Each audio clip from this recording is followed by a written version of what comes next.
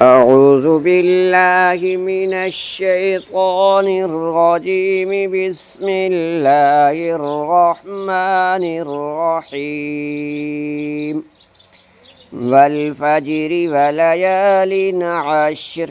والشفع والوتر والليل إذا يسر هل في ذلك قسم لذي حجر ألم تر كيف فعل ربك بعاد إرم ذات العماد التي لم يخلق مثلها في البلاد وثمود الذين جابوا الصخر بالواد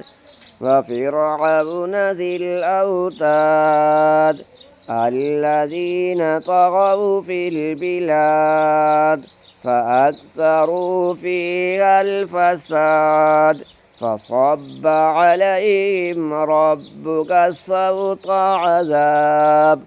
إن ربك لبالمرصاد فأما الإنسان إذا ما ابتلاه ربه فأكرمه ونعمه فيقول ربي أكرمن فأما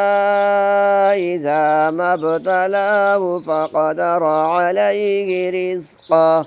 فيقول ربي أهانن كلا بل لا تكرمون اليتيم ولا تحاضون على طعام المسكين وتأكلون التراث أكلا لما وتحبون المال حبا جما كلا إذا دكت الأرض دكا دكا وجاء ربك والملك صفا صفا وجيء يومئذ بجهنم يومئذ يتذكر الإنسان وأنى له الذكرى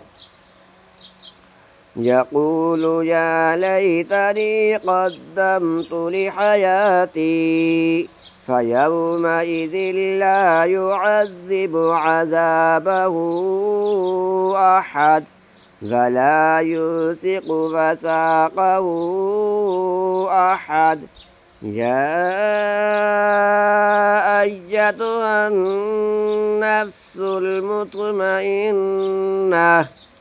ارجعي إلى ربك راضية مرضية فادخلي في عبادي وادخلي جنتي